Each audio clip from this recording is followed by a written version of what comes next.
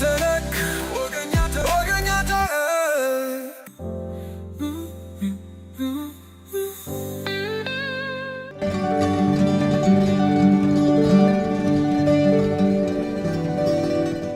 ኦሮማይ በዓሉ ግርማ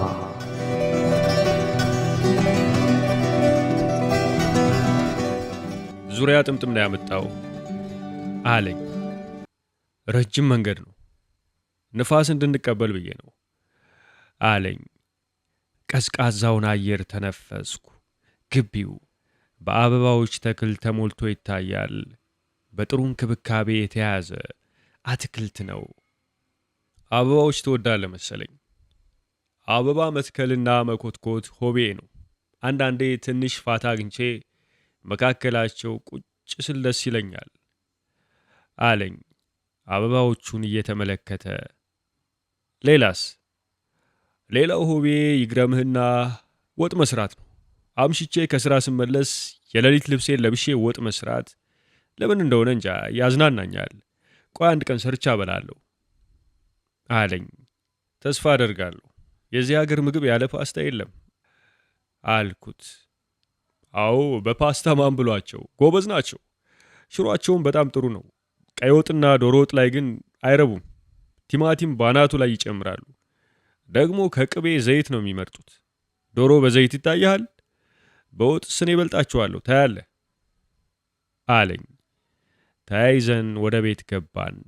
ወደ መታጠቢያ ቤት መሄድ ፈልጌ ነበር። መታጠቢያ ቤቱን አሳየኝ።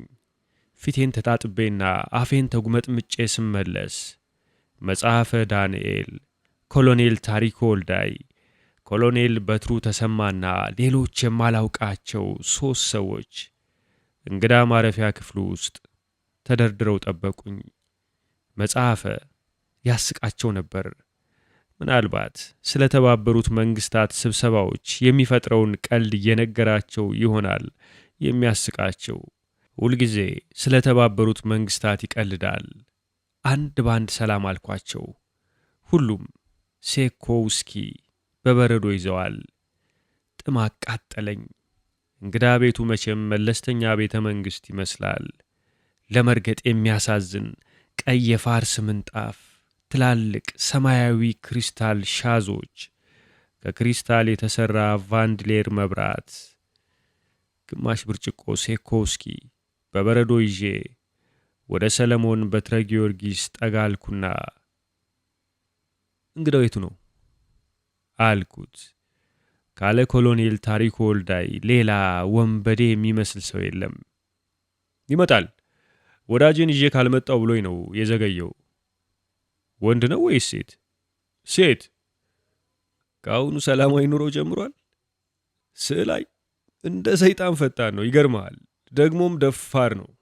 ከድሮ ጀምሮ ነው የማውቀው። ከፈሱ የተጣላ ሰይጣን ቢኖር እሱ ነው። ቶሎ ይቆጣል አለኝ። ደህና ሐማሴን ነው በለኛ። አይምሰልህ፣ ሐማሴን የሚባለው ሁሉ ቶሎ የሚቆጣና የሚበርድ፣ የሚሰማውን ፊት ለፊት የሚናገር ይመስለናል። እንደሱ አይደለም። የብዙዎቹን ልብ ማወቅ ያስቸግራል። በተለይ አሁን ቅድም እንዳልኩ አብዛኛው ተጠራጣሪ ሆኗል። እንዳለኝ 3 ወጣቶች ከውጭ ተከታትለው ገቡ። አውቃቸዋለሁ። በቴሌቪዥን ኢንተርቪው አድርጌያቸዋለሁ። ቀደም ሲል ከበረሃ የተመለሱ የሻዕቢያና የጀብሃ አባሎች ናቸው። መቼ ይሆን ኢንተርቪው ያደረግኳቸው? ከ1 ዓመት በፊት፣ 1 ዓመት ተኩል። ቀኑን ረሳሁት። ነገር መርሳት ጀምሬያለሁ። ነገር መርሳት ለጋዜጠኛ መጥፎ ምልክት ነው። ዕድሜ እየጨመረ ሲሄድ ዝርዝር ነገር እየተረሳ አጠቃላዩ ነገር ብቻ እየታወሰ ይሄዳል በል። ግን ደግነቱ የበረኸኞቹን ስምና ሥራ አልረሳውም። ፍትዊ በርሄ፣ ወዲ በርሄ የጀብሃ ሐለዋ ሳውራ ዋና ጸሐፊና የዚሁ ድርጅት ማዕከላዊ ኮሚቴ አባል ነበር። ቁመቱ ዘለግ ያለ መልከ መልካም ወጣት ነው። ዘርአ የወዲ አለቃም እንደዚሁ የጀብሃ ፖለቲካ ትምህርት ቤት ዲሬክተር ነበር። መካከለኛ ቁመት ያለው ጠይም ቀጭን ወጣት ነው። አይናፋር ይመስላል። ሰው ቀና ብሎ አያይም። መስፍን ጽሩ የተባለው ቀጭን ብልጣ ብልጥ ነው። ጨዋታና ሳቅ ያበዛል። መስፍን ጽሩ የሻዕቢያ ሀለዋ ሳውራ ቀንደኛ አባል ነበር። ሦስቱም ጮሌ አራዳዎች ነው የሚመስሉት ሲያዩአቸው። በረኸኞች የነበሩ አይመስሉም። ለመሆኑ በረኸኛ ምን ይመስላል? በረኸኞች ከሰዎች የተለዩ ልዩ ፍጡር መስለው በዓይነ ሕሊናዬ ለምን እንደሚታዩኝ አይገባኝም። እነርሱም አልዘነጉኝም። ሦስቱንም የእጅ ሰላምታ ሰጠዋቸው። ተነፋፍቀው እንደቆዩ ሰዎች ተቃቀፍን። ትተዋወቃላችሁ ለካ አለ ሰለሞን። በጣም እንጂ በቲቪ ኢንተርቪው አድርጋችኋለሁ አልኩትና ወደ ሦስቱ መለስ ብዬ እንዳስቸገርኳችሁ ተስፋ አደርጋለሁ አልኩ። ጥሩ ነበር አለ ፍትዊ። ፈገግታው ደስ ይላል። ብዙውን የተናገራችሁት እናንተ ነበራችሁ፣ ግን ጥሩ ፕሮግራም ነበር አልኩ። ዝነኞች አድርጎናል አለ ዘራይ ወዴ አለቃ። አገሩን ነቅንቃችሁት ነበር አልኳቸው። አሁን ግን የስዕላይ ባራሂ ዝና ያጠላብናል። እኛ ያለፈ ያረጀ ታሪክ ሆነናል አለ መስፍን ጽሩ። ሞቅ ብሎታል። ፍትዊ በርሄም ሞቅ ያለው ይመስላል። ከመምጣታቸው በፊት ሲቀመቅሙ የነበሩ ይመስላሉ። ኮሎኔል ታሪኩ ወልዳይ መጥቶ ተቀላቀላቸው። እሳ ሚስተር ቲቪ አለኝ መጽሐፈ ዳንኤል። ከበረኸኞቹና ከኮሎኔል ታሪኩ ጋር መሆን ፈልጌ ነበር። ሲዋጉ የነበሩ ሰዎች ምን እንደሚባባሉ ለመስማት። ጦርነት መቼም አስቂ ነው። ታዲያስ ሚስተር ኢኮኖሚ አልኩት። መኖሪያ አለ አለኝ። የኤሌክትሪክ ብርሃን ያረፈበት መላጣው ያብለጨልጫል። መነጽሩም ብርሃን መልሶ ይፈነጥቃል። ትናንሽ አይኖቹ ይቁለጨለጫሉ። ተንኮል የሚሰሩና የሚያዩ ይመስላሉ። አብረን የዋልነው የኔኑ ያህል ታውቃለህ አልኩት። ከእናንተ ከጋዜጠኞች እኮ ተራው ሕዝብ ይበልጥ ያውቃል አለና ምጸታዊ ሳቁን ለቀቀው። በግድ የሚስቅ ነው የሚመስለው። ሲስቅ ሰውነቱ ሁሉ አብሮ ይርገፈገፋል። እንዴት አልኩት። ሰው አፍ ላይ ማይክራፎን ደቅናችሁ ምን ያስባሉ? የሚያክሉት ተጨማሪ ሐሳብ አለዎት ከማለት ሌላ ምን ታውቃላችሁ? እና ደግሞ የሰው ሐሳብ ቀምታችሁ የራሳችሁ ሐሳብ አስመስላችሁ ማቅረብ። የሚሰጧችሁን ሐሳብ እንኳን በትክክል ብታቀርቡ ጥሩ ነበር። የነካችሁትን ሐሳብ ሁሉ ታበላሻላችሁ። ጆርናሊዝም እንዲህ ከሆነ በሩቅ አለ። ያው የተለመደ ብዙ ሰዎች በጋዜጠኞች ላይ የሚሰነዝሩት ሂስ ነበር። ግምት አልሰጠውትም። አንድ ቃል ለምን ተለወጠብኝ በማለት የሚያኮርፉና የሚናደዱ ሰዎች ሞልተዋል። ግጥም፣ ስድብም ሆነ ሙገሳ ተቀብሎ እንደሚያስተጋባ የጠጅ ቤት አዝማሪ ጋዜጠኞችን መመልከት መቼ ይቀር ይሆን? አባቴ ይሙት፣ አንዳንዴ ሳስበው ጋዜጠኛ መሆኔ ወይም መባሌ ያናድደኛል። የነገሩትን መልሶ የሚያስተጋባ የገደል ማሚቶ፣ ዋሾ፣ አድርባይ፣ ጠጭ የማንባለው ነገር የለም። አገልግሎታችን እንደ ጨው ተፈልጎ በዚያው ልክ ደግሞ ተጠልቶና ተረግጦ እንዴት ይሆናል? ምን አይነት ሕይወት! ምን ነው አያስጠጣ፣ ሳይወዶ ያስጎነጫል እንጂ። ከውስኬ የተጎነጨውና ጆርናሊዝም is not a decimal, it's science like economics mission አልኩት። ተቆጣ እንዴ? እንዲያውም ከእናንተ ጋር ተጣልቶ ሊደረስ የጠላችሁትን ሰው ፍርድ ቤት አስግጣላችሁ አሉ። በሆነልን አልኩት።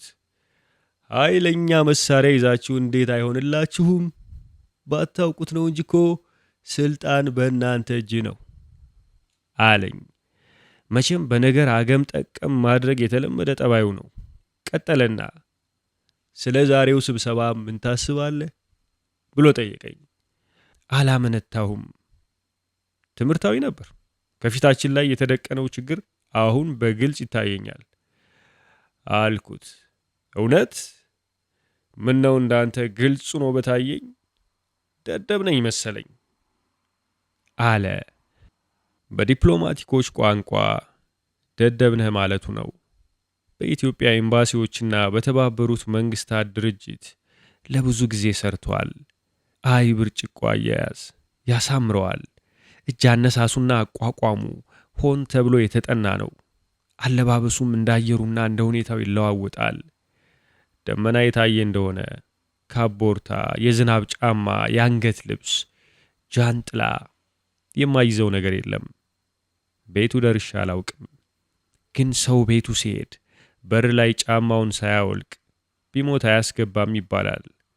ከአንድ ሁለት ጊዜ ቢሮ እንዳጋጣሚ ሄጃለሁ።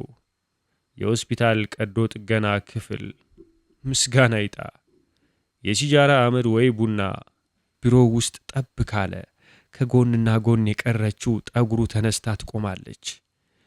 የሥራ ጓደኞቹ ሊያናድዱት ሲፈልጉ ቢሮው ሆነ ብለው ሂደው ጠረጴዛው ወይም ምንጣፉ ላይ ሲጃራ ይኮሰትራሉ። ያኔ ጣራ ይመታል፣ ሲጮህ ይውላል። መቼም የሰው ሥራ ሲያብጠለጥል አሳር ነው። አንድ ሥራ እንዲያርም ወይም እንዲያቃና የተሰጠው እንደሆነ ለመጣው ሁሉ ይሄውልህ የገሌን ሥራ ተመልከተው፣ እድሌ ሆኖ ሽንፍላ ሳጥብ እኖራለሁ እያለ ያሳጣል። ግን ባለሙያ ነው። ላቀረብክልኝ ምስጋናዬ እጥፍ ድርብ ነው። አንተስ ስለ ስብሰባው ምን ተሰማ ብዬ ጠየቅኩት። አየህ ጓድ አለ፣ እኔ መጽሐፍን አድሃሪ ነው እንጂ አገር ይሸጣል የሚለኝ ሰው የለም። አድሃሪ ቢሉኝ ደግሞ ግድ የለኝም። ይህን ምን አመጣው አልኩት።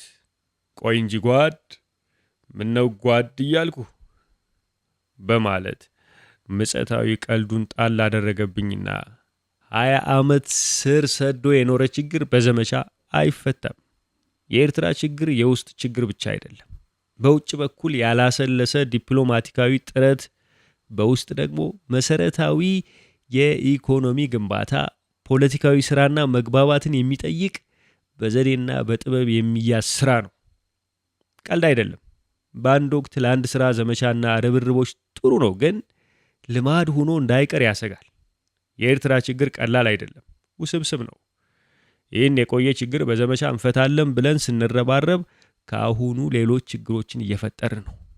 450 ከባድ የጭነት መኪናዎች፣ 250 ሼልቶ፣ 200 ከነተሳቢያቸው ወደ ሰሜን ማዞር ከኢኮኖሚ አንጻር ምን ማለት ነው? ባጭሩ ኢኮኖሚው ተናግቷል ማለት ነው። ደግሞ አሁን የመኸር ጊዜ መሆኑን አትርሳ። ዳቦ ከሱቅ እህል ከገበያ ቢጠፋ አይገርመኝም። ያለንን መዋዕለ ንዋይ እዚያ አምጥተን ስናፈስ ምን የሚሆን ይመስላል? ባጭሩ የልማት ስራ ይገታል። ልማት ሲገታ አሁን ያለው ስራ አጥ ሰራዊት ቁጥሩ ይጨምራል እና ምን ይሆናል? ስራ አጥ ሰራዊት ይዞ ሶሻሊዝምን መገንባት እንዴት እንደሚቻል ለኔ ግልጽ አይደለም። ይህ ዘመቻ የሚነካካው ብዙ ነገር ነው በማለት ንግግር ብጤ ያደረገልኝ። ይልቅ አሁን አናደደኝ። ስብሰባው ላይ ምን ዘጋ? ቅድም እንዲህ ብላ አትናገርም ነበር? ማን ከለከለ? መድረኩ ለማንም ክፍት ነበር። ለምን ሐቀኛ አንሆንም አልኩት። ትቀልዳለህ ልበል አለኝ። ኖ ቀልዴን አይደለም፣ የምሬን ነው። ልክ ነው። ከእንዳንተ ያሉ ምሁራን የሚጠበቅና የሚፈለግ ነገር ቢኖር ግልጽነትና ሐቀኝነት ነው። ሰውየውም ቢሆኑ አብረዋቸው ከሚሰሯቸው ሰዎች የሚጠብቁት ይህንኑ ነው፣ ግልጽነት፣ ሐቀኛነት። አብዮቴ ወይም ሀገሬ የሚለው ሁሉ እኩል ኃላፊነትና ግዴታ አለበት። ማንም ከሌላው ያነሰ ኢትዮጵያዊ አይደለም፣ አገሬ አብዮቴ እስካለ ድረስ። ኖ ስማኝ እንጂ አቀጣጥሎ ወዴት? ይህ የተባበሩት መንግስታት ሸንጎ አይደለም። ምሁራን ቀና ብለው ካልተሳተፉ፣ አስተዋጽኦ ካላደረጉ እንዴት ይሆናል? እነማን ናቸው?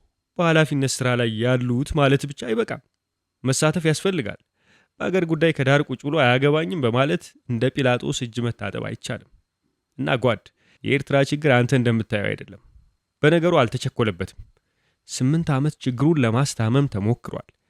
የሀገራችን ኢኮኖሚ በችግሩ ምክንያት እየደማ ነው። የሀገሪቱ ጉሮሮ እየታነቀ ነው። እስክንሞት አንጠብቅም። የተከፈለው መስዋዕትነት ተከፍሎ መፍትሄው መገኘት አለበት። ከጦርነት ሌላ ቋንቋ ከማይናገሩ ወንበዴዎች ጋር ከጦርነት ቋንቋ ሌላ መናገር አያስፈልግም። የሰላም ዋጋ ደም ነው። ያንን የደም ዋጋ የሚከፍለው ህዝብ ነው የደም ዋጋ ሊከፍሉ የሚችሉ ልጆች ያሉት ብሔር በእውነት እድለኛ ነው እያልኩ ስንጣጣበት ሰለሞን በትረ ጊዮርጊስ መጥቶ ምንድነው የምትጨቃጨቁት ብሎ ጠየቀን። የተመካከርን ይመስል ሁለታችንም በአንድነት ምንም አልነው። አይገርማችሁም አለ በእጁ ወደ ኮሎኔል ታሪኩና ሶስቱ በረኞች እየጠቆመን። ሞቅ ያለ ጭውውት ይዘዋል። ሶስቱም ወደ ላይ አንጋጠው ኮሎኔል ታሪኩን ይመለከቱ ነበር።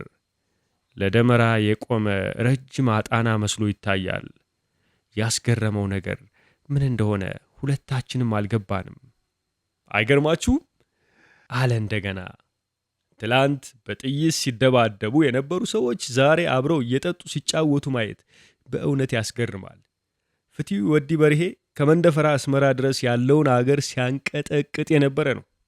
በጊዜው ብዙ ሰዎች አስሯል፣ ገርፏል፣ ገድሏል፣ ብዙ አድምቶናል። ዘራይ ወዲ ሀለቃ የጀብሃ ፖለቲካ ትምህርት ቤት ዲሬክተር ሆኖ በሚሰጠው ትንታኔ ብዙ ወጣቶችን ወደ በረሃ ያሸፈተ ነው። የጀብሃ ደቡብ ዕዝ ኮሚሳርም ነበር። መስፍን ጽሩ በህርባን ጎሪላ ታክቲክ የሰለጠነ የሻዕቢያ ቀንደኛ ፌዳይን ነበር። ኮሎኔል ታሪኩ ከነሱ ጋር ያልተዋጋበት ቦታ የለም። እዚህ ከተማ ውስጥ የብርጭቋችን አባት ታሪኩ ባይኖር ኖሮ ይሄኔ አረቄ በጣሳን ጠጣ ነበር ነው የሚሉት። ወንበዴዎች ደቀ መሐሪም በያዙበት ጊዜ አሸዋ ጠፍቶ የጠርሙስና የብርጭቆ ፋብሪካ ስራ ቀጥ ብሎ ነበር። እሱ ነበር 2 መትረየስ ይዞ ግራና ቀኝ እየተታኮሰ አሸዋ የሚያስችነው።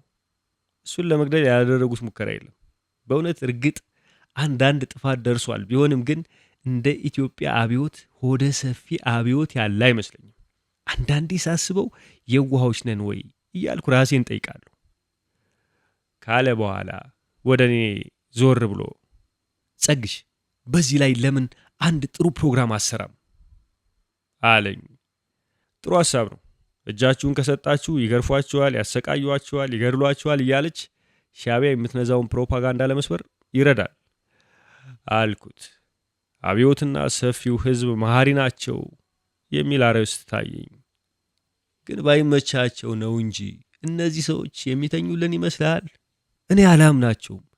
ትላንት ሲወጉንና ሲያደሙን የቆዩ ሰዎች ዛሬ ተመልሰው ለአንድነት ቁመናል፣ ከአብዮቱ ጎን ተሰልፈናል ሲሉ አይገባኝም አለ መጽሐፈ ዳንኤል መላጣውን በመሐረብ እየጠረገ። ሰለሞን በሐሳብ ተመስጦ ከማመን በቀር ሌላ ምን ምርጫ አለ? አናምናቸውም ከሚል አስተሳሰብ ተነስተን መጥፎ ውሳኔ ላይ መድረስ አንችልም። በግድ ሆደ ሰፊ መሆን ያስፈልጋል። እርስ በርሳችን የመተማመን ነገር ጊዜ ይወስዳል፣ ግን መሞከር አለብን። አንድ ቀን ልጆቻችን ተማምነው ለመኖር ይችሉ ይሆናል። ወደዚያ የሚወስደውን ጥርጊያ መንገድ መክፈት የእኛ ፋንታ ነው። ግን እንዳንተማመን የሚያደርጉን የውጭ ኃይላት ናቸው ካለ በኋላ ሲያስብ ቆየና የኤርትራ ችግር እግሩ እዚህ ይሁን እንጂ ጭንቅላቱ ውጭ ነው። ታሪካዊ አጀማመሩ ታሪካዊ ፍጻሜ ይኖረዋል አለ። ነገሩ ስላልገባኝ ምን ማለት ነው ብዬ ጠየቅኩት። ሰለሞን በትረ ስለ ኤርትራ መናገር አይሰለቸውም። ጊዜ ካገኘ ስለ ኤርትራ ሲያወራ ውሎ ያድራል። አየህ ብሎ ጀመረ። ኤርትራ ለ60 ዓመት በጣሊያን ቅኝ ግዛት ስር ቆይታለች። ከዚያ በፊት ባለፉት 400 ዘመናት የጦርነት አውድማ ሳትሆን የኖረችበት ዘመን የለም።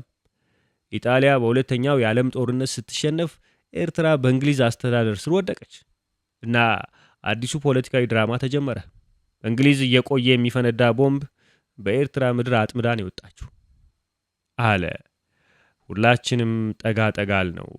ሰለሞን ለመናገር ብሎ የሚናገር ሰው አይደለም። ከተናገረ ስለሚናገረው ነገር ካንጀቱ ስለሚናገር አድማጭ ስባል እና ቀጠለ። ኤርትራን በሚመለከት እንግሊዝ 2 ዓላማዎች ነበራት። አንደኛው ዓላማዋ ኤርትራን በተሻለ መጠን ካስተዳደሯ ስር ማቆየት ሲሆን፣ ይህ ካልተቻለ ሁለተኛው ዓላማዋ ሰሜኑንና ምዕራቡን ቆላማ አገር ምጽዋን ጭምር ቅኝ ግዛቷ ከሆነችው ከሱዳን ጋር ቀላቅላ መግዛት ነበር። እነዚህን ዓላማዎች መሰረት በማድረግ ሁኔታዎችን ማመቻቸት ጀመረች። ፖለቲካዊ ስልቶችም ቀየሰች።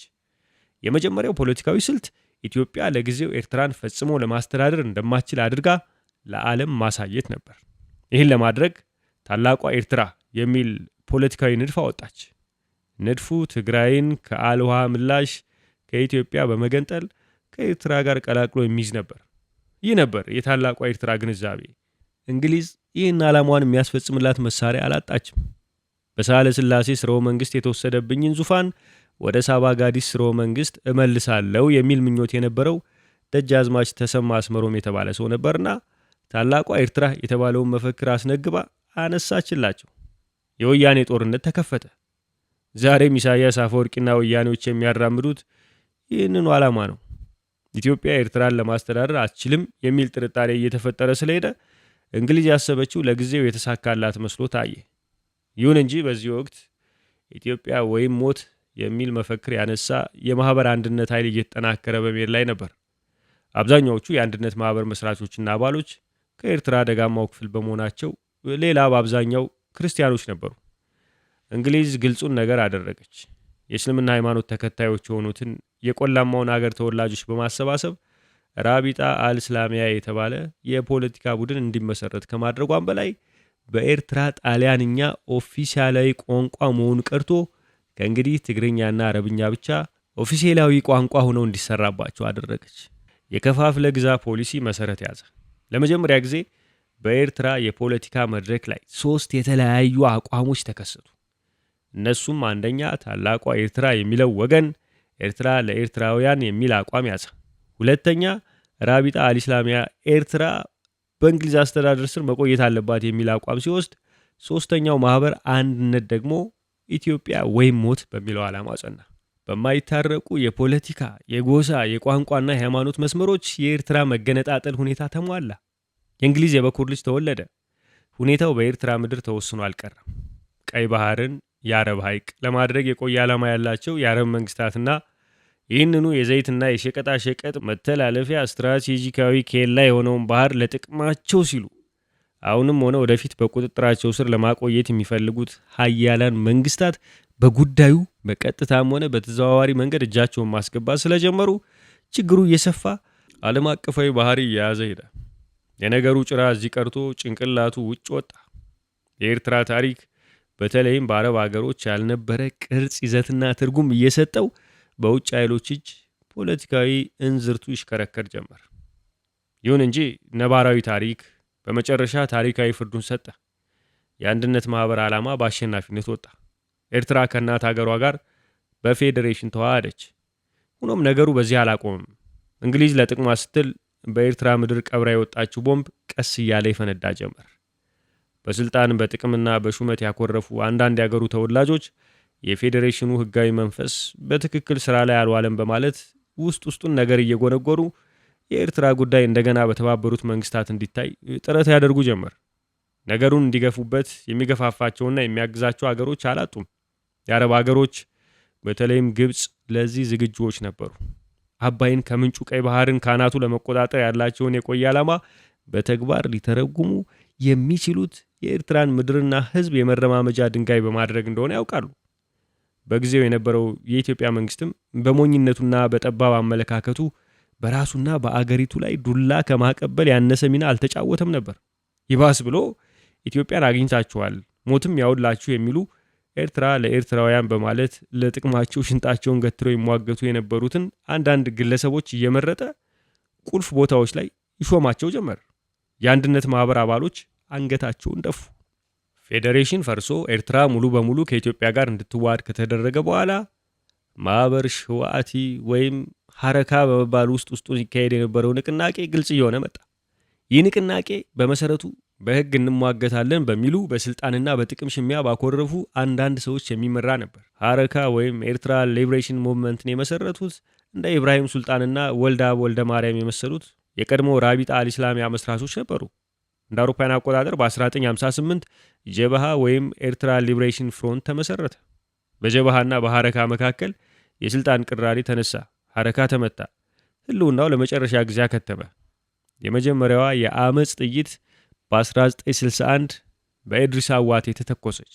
በእነ ኢድሪስ አደም፣ ኡስማን ሳልሳቤ፣ አብዱላ ኢድሪስ፣ ዴናይ፣ ኡመር አዛዝ፣ አብዱልከሪም መሐመድ፣ አሊ ኡማሮና ወልዳይ ካሳ የተመሰረተው ጀብሃ በቆላማው ሀገር የበላይነቱን ከያዘ በኋላ የኤርትራ ህዝቦች ብቸኛ ተወካይ እኔ ነኝ፣ ኤርትራ አረባዊት ናት በማለት ጭራውን እዚህ ጭንቅላቱን በአረቦች ሀገር አድርጎ ኤርትራን በ5 ቀጠናዎች በመክፈል ከውስጥና ከውጭ ፖለቲካዊና ወታደራዊ ማዕበል ይፈጥር ጀመር። መሐመድ ዴናይ በባርካ፣ ዑመር አዛዝ በሰምሃር፣ አብዱልከሪም መሐመድ በሰኒት፣ አሊ ኡማሮ በማሪያ ቀይህ እና በማሪያ ጸሊም፣ ወልዳይ ካሳይ በደጋማው ሀገር ተሰለፉ። ካሰላለፋቸው ለማየት እንደሚቻለው ጀብሃ 90% የባርካና የአስዋርታ ተወላጆች የበላይነት የያዙበት አቋም ሆኖ ይገኛል። በመሆኑም ጀብሃ ውስጣዊ አንድነቱን ይዞ ለመቆየት አልቻለም።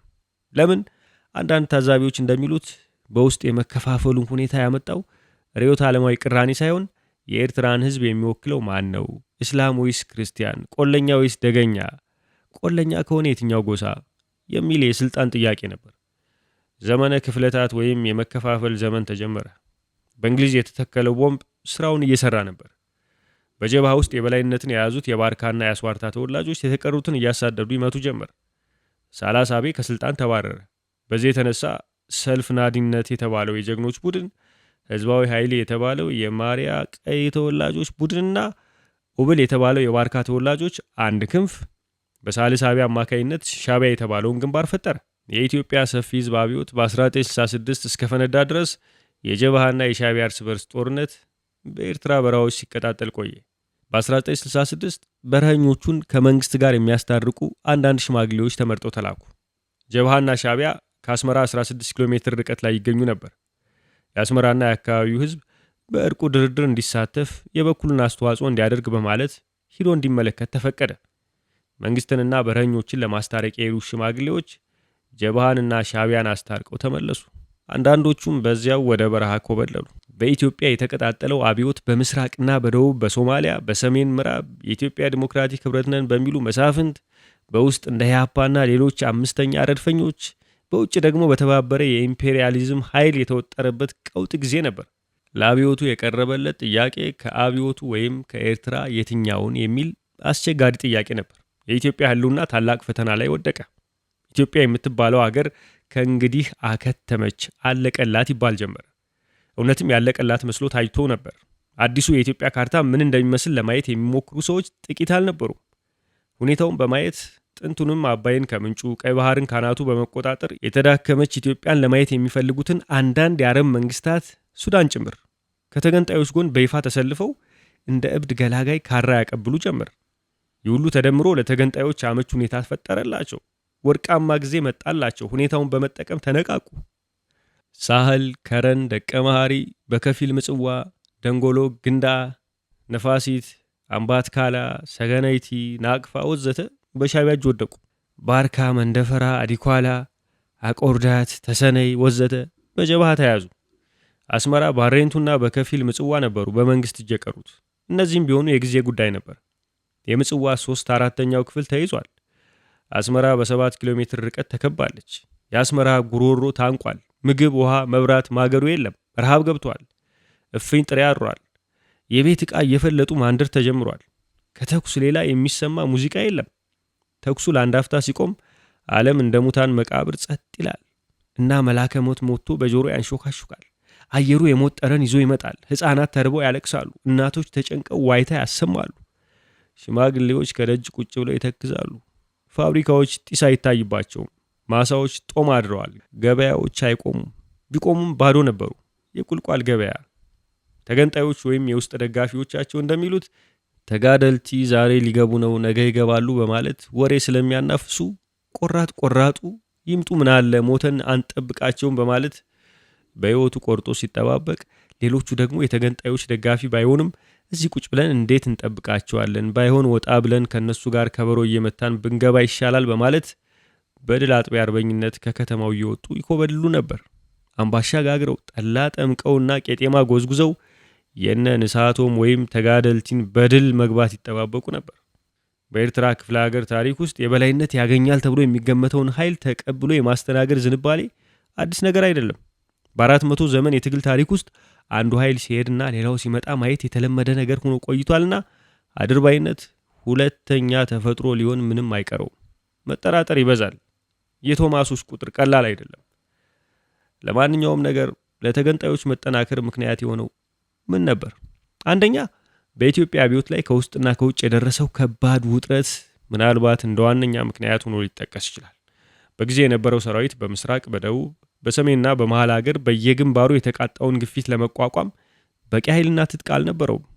በዚህ ላይ የቆመለትንና የሚዋጋለትን ዓላማ ጠንቅቆ የሚያውቅ ሰራዊት ካለመሆኑም ሌላ ሰራዊቱ ያው የማህበረሰቡ አካል እንደመሆኑ መጠን መኢሶን፣ ኢህአፓ፣ ወዝሊግ፣ ኢጫት፣ ሰደድ፣ ኢድህ ወዘተ በሚባሉ ጊዜው በፈጠራቸው የፖለቲካ መስመሮች ውስጥ የተከፋፈለ የተዳከመና ለጥቃት የተጋለጠ ነበር። ሁለተኛ በኢትዮጵያ ላይ የቆየ ዓላማ ያላቸው የአካባቢው መንግስታት በአገሪቱ የተፈጠረውን አስጊ ሁኔታ መጠቀምና የቆየ ህልማቸውን እውን ለማድረግ ከምንጊዜውም ይበልጥ እንደ ጅብ ተጠራርተው በመነሳት ተገንጣዮችን አፍንጫቸው ድረስ ያስታጠቁበት በስውር በኢትዮጵያ ምድር ላይ ወታደራዊ ኃይል ያሰለፉበት ጊዜ ነበር። በጊዜው አብዮቱ የሚተማመንበት የውጭ ኃይል አልነበረውም። አሜሪካ አዲስ መሳሪያ የመስጠት ጉዳይ ቀርቶ ቀደም ሲል ለኢትዮጵያ የሸጠችውን መሳሪያ አግዳ ይዛለች። የምስራቅ አውሮፓ ሀገሮች ከሶቪየት ህብረት ጭምር የኢትዮጵያን አብዮት ባህሪና ይዘት እስኪረዱ ድረስ በታዛቢነት ቆሞ የሚመለከቱበት ጊዜ ነበር። የኢትዮጵያ ሰፊ ህዝብ ከራሱ ሌላ የሚተማመንበት ኃይል አልነበረውም። መደራጀት የጊዜው አንገብጋቢ ጉዳይ ቢሆንም ውስጥ ውስጡን ይካሄድ የነበረው የፖለቲካ መስመሮች ሽኩቻ በታኝ ሁኔታ እየፈጠረ ያስቸግር ነበር። በመሆኑም አብዮቱ በጊዜው የራሱን ኃይል በአዲስ መዋቅርና መንፈስ ለመገንባት ፋታ ያጣበት ቀውጥ ጊዜ ነበር። ሶስተኛ በኤርትራ ክፍለ ሀገር ተደራጅተው የሚገኙት ኃይሎች ጸረ ፊውዳል፣ ጸረ ኢምፔሪያሊስትና ጸረ ቢሮክራሲያዊ ካፒታሊዝም አቋም አላቸው በሚል ግምት አብዮታዊው መንግስት ገና ከመመስረቱ የመረጠው የእርቅ ጎዳና በተገንጣዮች ዘንድ እንደ ድክመት በመታየት አንድም ሞራላቸውን ከፍ አድርጎ ሲያበረታታቸው፣ ሁለትም ነፃ ንቅናቄ እንዲያደርጉና ፕሮፓጋንዳ እንዲያካሂዱ ደህና የድል በር ከፈተላቸው። በመሆኑም የሚመካበት ኃይል ያጣ የመሰለው ህዝብ እየኮበለለ ሄዶ የተገንጣዮቹን ኃይል ያሳብጥ ጀመር። በመሆኑም አብዛኛዎቹ የኤርትራ ከተሞች በወንበዴዎች እጅ ወደቁ ሲል አንድ ወንድና ሴት ተያይዘው መጡ። ስዕላይ በራሂ መሆን አለበት አልኩ። ግን አይኔ ሩጦ ያረፈው ልጅቷ ላይ ነበር። ንጉሥ ዳዊትን የፈወሰችው ሰሜናዊት ቆንጆ ልብ ስንጥቅ ታደርጋለች። ረጅም ባለጥልፍ ቀሚስ ለብሳ ትንሽ ነጠላ ትከሻዋ ላይ ጣል አድርጋለች። በጥቁር ከፋይ የታሰረ በሰለሞን ኮከብ ቅርጽ የተሰራ ትልቅ ወርቅ ከረጅም አንገቷ ላይ ጉች ብሎ ይታያል። ጥቁር ረጅም ጸጉሯ ከትከሻዋ ላይ ወርዶ ዘፍ ብሏልና ስትሄድ ይነሰነሳል። እንደ ሌሎቹ የአስመራ ሴቶች ስንጥር መሳይ አይደለችም። ደረቷ ሙሉ፣ ዳሌዋ የኮራ ጠይም የደም ገንቦ የሚሏት አይነት ነች። አይኖቿን ተከተልኩ። አይኖቼ ተወርውረው የሄዱት ወደ ኮሎኔል ታሪኩ ወልዳይ ነበር። የተቆጣች ድመት መስላ ነበር የምታየው። እሱም እንደ ተቆጣ ነብር ሆኖ ይመለከታት ነበር። ክራንቻና ጥፍር ባይማዘዙም በአይኖቻቸው የቁጣ ቃላት የሚለዋወጡ መስለው ታዩኝ። ድንገት ሰውነቱ ተቆጣ፣ ሁኔታው ተለወጠ። እሷም ደስ አላላትም። ፈገግታዋ ጨለመ። በሁለቱ መካከል የነበረው ስሜት ደስ አላለኝም። ይሁን እንጂ ስለ ግንኙነታቸው ለማሰብ ውበቷ ጊዜ አልሰጠኝም። የምታሳስብ አይነት ሴት አይደለችም። እንዲያውም ገና ሲያዩዋት የምትወደድ ልጅ ናት። ዳቦ ሳይቆረስ ሰሜናዊት ቆንጆ ብዬ ስም አወጣሁላት።